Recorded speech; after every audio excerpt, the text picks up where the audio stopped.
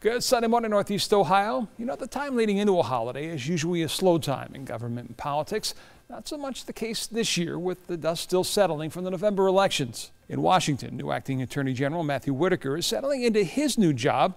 On his plate is dealing with the opioid crisis that News 5 was working with his former boss, Jeff Sessions, on, related to its impact on Ohio.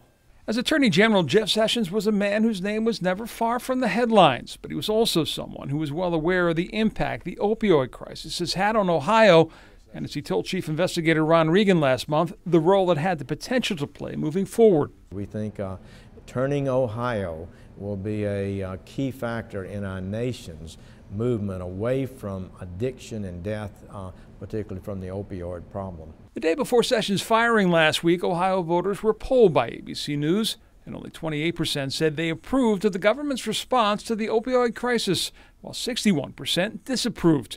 The Justice Department has charged over the last 2 years around 250 doctors who operated pill mills that were at the root of the problem. We're going to continue to go after these physicians. We're going to eliminate the fraudulent physicians. All indications are that because Whitaker served as chief of staff to Sessions, that it's highly likely that there will be little change in the Justice Department's approach to the crisis. Senator Rob Portman told me the key is for them to keep the pressure on him. We've had pretty good cooperation from Justice. You know, in the last really 2 years, we have changed the way Congress approaches the drug issue generally and opioids in particular. We've passed now 3 big pieces of legislation, all of which is at work in Ohio.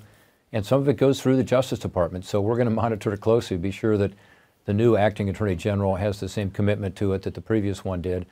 But it's a tough issue. You know, John, we actually had more overdoses last year that resulted in deaths than the year before. Senator Sherrod Brown, though, says status quo at Justice and in Washington as a whole is not acceptable. I'm very concerned that the administration has not stepped up on opioids. Yeah. It really needs a commitment society-wide. It's, you know, we have more people die in Ohio than any state in the country, and it's 11 people every single day, and Congress and the state legislature has done relatively nothing, and Congress has not done enough, and the White House hasn't done much.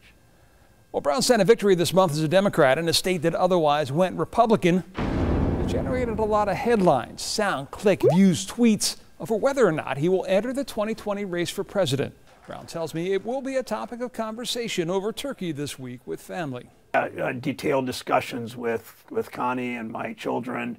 Our grandchildren are too young to know what this would mean, but they're not too young to be affected by it, so we've got to figure all that out. And as for Franklin, the family dog who shared the airways with Brown, Franklin doesn't have a say? Franklin gets no say, but we might trot him out again, you know. Now, speaking of trotting out, Ohio's other potential presidential hopeful found himself back in New Hampshire this week. Governor Kasich speaking at an event in Manchester, telling the crowd he didn't endorse Donald Trump back in 2016 because he felt he was not a unifier. And I held out the hope for a couple years that he would find his way. And I'm now convinced he can't. I don't know what that means. I don't know ultimately what the political situation is, but I know what the antidote is. Whether he would be part of that antidote as a challenger, he would not say, though he admitted challenging in the primary would be very difficult. One of the things Kasich left for his successor, Mike DeWine, to decide is the question of sports betting. DeWine, very straightforward on the subject. It's coming to Ohio. The Rivers Casino in Pittsburgh sits in the shadow of Heinz Field, and in a matter of just a few weeks, Steelers fans will be able to drop a few bucks on the game before heading into the stadium. For the Rivers was recently cleared to start offering sports betting and is in the process of building out a temporary sports book to begin taking wagers. Pennsylvania began taking the regulatory steps to offer sports betting ahead of the June Supreme Court decision that opened the door for sports betting in states essentially outside of Nevada. While Ohio has dragged its heels on gambling in the past, newly elected Governor Mike DeWine says it's time for a sports betting reality check. It's coming to Ohio whether people want it or not. And DeWine is well aware that the state doesn't want this to go to a referendum like the casino question did in 2009, a voter-approved measure that essentially cut the state out of tax revenue. Now that the United States Supreme Court has made their ruling, we're going to have, every state is going to be jumping into this. People are going to be able to do it on their app. Yes, plans in PA are to eventually offer app betting, like New Jersey already does, where someone need only drive over the border, and once the phone recognizes they're in the state, place a bet through an app, and then drive back.